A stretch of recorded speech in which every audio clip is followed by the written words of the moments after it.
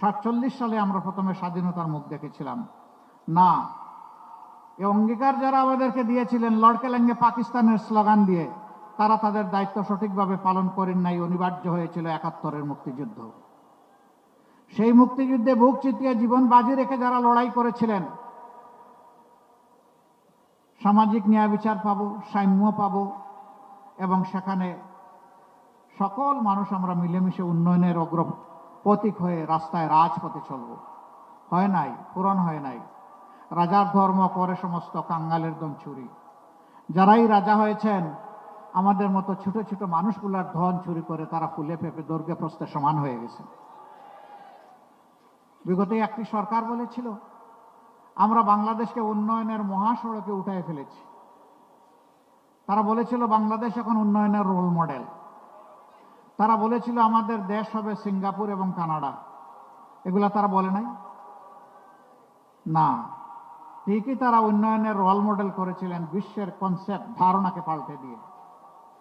তারা রোডের বদলে কি ব্যবহার করতেন? আরে জুড়ে বলেন, কি ব্যবহার করতেন? বাঁশ। তারা সিমেন্টের সাথে কি যোগায় দিতেন? ছাই, শালি। এইভাবে একদিকে উন্নয়ন আর একদিকে দোপাস। একটা মেয়ে ডিবেটে খুব চমৎকার করে তুলে এনেছিল। সে বলেছিল, কবি লিখেছিলেন, মাগো আমার সুলক বলা কাজলা দিদি কই, বাঁশবাগানের মাথার উপর চাঁদ উঠেছে বই। সে আক্ষেপ করে বলেছিল আজ যদি কবি বেঁচে থাকতেন তার কবিতা তিনি বদলায় ফেলতেন। তিনি বলতেন, মাগো আমার সুলক বলা কাজলা দিদি কই, ছাদের জায়গায় চাঁদ তো আসে, বাঁশগুলো সব কই। সেই বাঁশ তারা উজাড় করে ফেলেছিল। সেই সভ্যতা, সেই উন্নয়ন দেশবাসীকে তারা উপহার দিয়ে সিঙ্গাপুর এবং কানাডা বানিয়েছে। আপনারা কি এখন সিঙ্গাপুরে আছেন না কানাডায় আছেন? বাংলাদেশে আছেন। তারা কিন্তু সিঙ্গাপুর এবং কানাডায় কেউ কেউ আছে।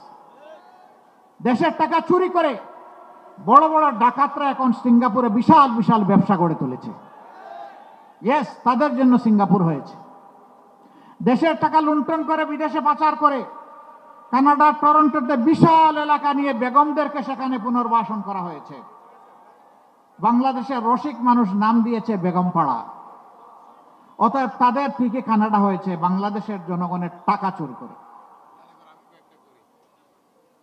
15 বছর যারা একসাথে রাজপথে লড়াই করলাম, নির্যাতনের শিকার হলাম, মজলুম হলাম, আমরা আশা করেছিলাম 5 আগস্টের পরে 24 সালে আমাদের মধ্যে আত্মপর্যালোচনা, আত্মপরিচয় আমরা খুঁজে পাবো। কি আমাদের দায়িত্ব এই জাতির প্রতি আমরা বুঝবো। মজলুম কারে বলে সেইটা আমরা অনুধাবন করব।